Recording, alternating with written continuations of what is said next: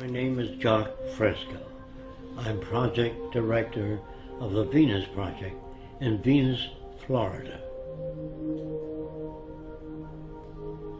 The Venus Project maintains if you don't want war, if you don't want poverty, hunger, unemployment, territorial disputes, and all the other problems that go with society, you have to declare the earth as the common heritage of all the world's people.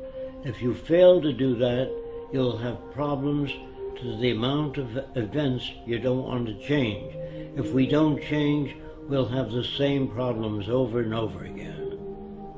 The Venus Project is an attempt to design a world where poverty, war, prisons, police do not exist, because we deal with the problems themselves, the factors that shape arrogant behavior, aggression, all the things that paralyze our society and prevent it from growing.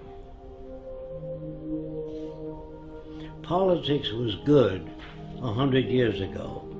Today, politicians have no ability to solve any problems because they're not students of behavior, they're not students of agriculture, oceanography, they know nothing about the factors that operate the world. So they say things that people like to hear, and that gets them elected.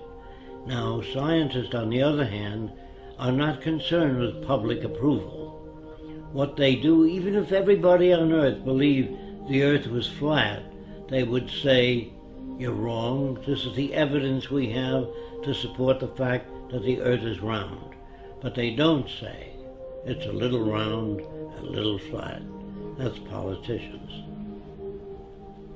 Money was a convenience designed by man many years ago. You used to carry a bag of apples and change it for tomatoes. That was a trade in the old days. But when you invented money, it carried smaller particles, and it was easier to represent apples or tomatoes or eggs by giving a person a coin instead of bringing 50 eggs and chickens. Money represented a value agreed upon to diminish the lugging around of heavy objects. Later, it became the most corrupting medium in the world. It corrupted people. They paid each other off. If you wanted a congressman to act in your behalf, you put up a certain amount of money to help him get elected, and you owed that person a favor. And that's the same with the drug companies, the auto companies, the banks. All systems all over the world that use money are basically corrupt. Religion. In the old days, people could not account for natural events. They really know where all this came from, so they assumed there was a guy that lived up in the sky that made all these things. He made the earth. I think he took 6 days. On the 7th day, he rested. If it took 6 days, it means it was turning while he was making it, because you couldn't have a day. And that must be pretty rough to handle things while it's turning. And then he made a man and a woman and put them in a beautiful garden. Then he made a snake which walked upright and said, do terrible things. And the people eat of the fruit of knowledge. And they ate the fruit and he kicked them out. First he made the snake to tempt them. I don't understand this all-loving, all-benevolent being that loves everybody. And then he creates the plague and other diseases when he gets angry. And then if you don't follow the teachings, all the religiosity, you burn in hell. And that sounded to me like a psychopath, not God. But I'm mixed up when they tell me God loves everybody, then he creates a plague where children die. And I say, how come the children dying? Because the children shall suffer for the sins of the parents. This is not a just God. It's a man-made God. So when you ask me whether I believe in God, not the concepts of God I've heard.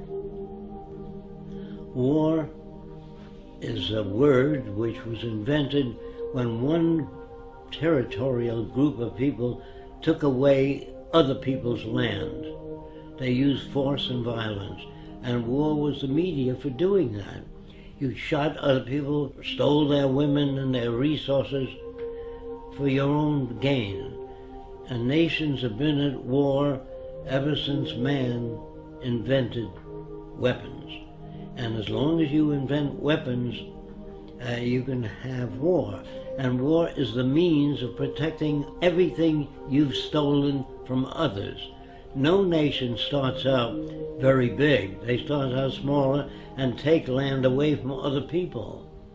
And they don't take it by invitation. They weren't invited to take over the land. They took it by killing, force, and violence. And war is the most inappropriate way of solving the differences. That's why I'm against the Pentagon and the military, because they majorly should be concerned with how to bridge the difference and bring nations together toward a common purpose, namely taking care of the environment, one another, and restoring the damaged environment. That's what I'd like to see in military systems. I would like to see, instead of training millions of soldiers to be killing machines, I'd rather train them in being problem solvers.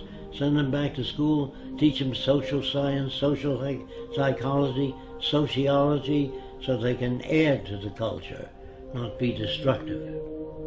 But ask anybody, what does democracy mean? They think it means participation in government affairs. So I asked them, do you really believe in democracy? They always say yes. I said, did you vote for the space program? They said, no. Did you vote for the Vietnam War? No. Did you vote for the war now? No. Where the hell do you participate? That's an illusion given to people. They even pick the people you vote for to make sure they'll keep things as they are, the establishment. So they put them out there for you to vote for them. If we lived in a democracy, there'd be 5,000 political parties, different points of view. In a true democracy, you would have that. All points of view expressed on television and radio. It's up to you to turn it off.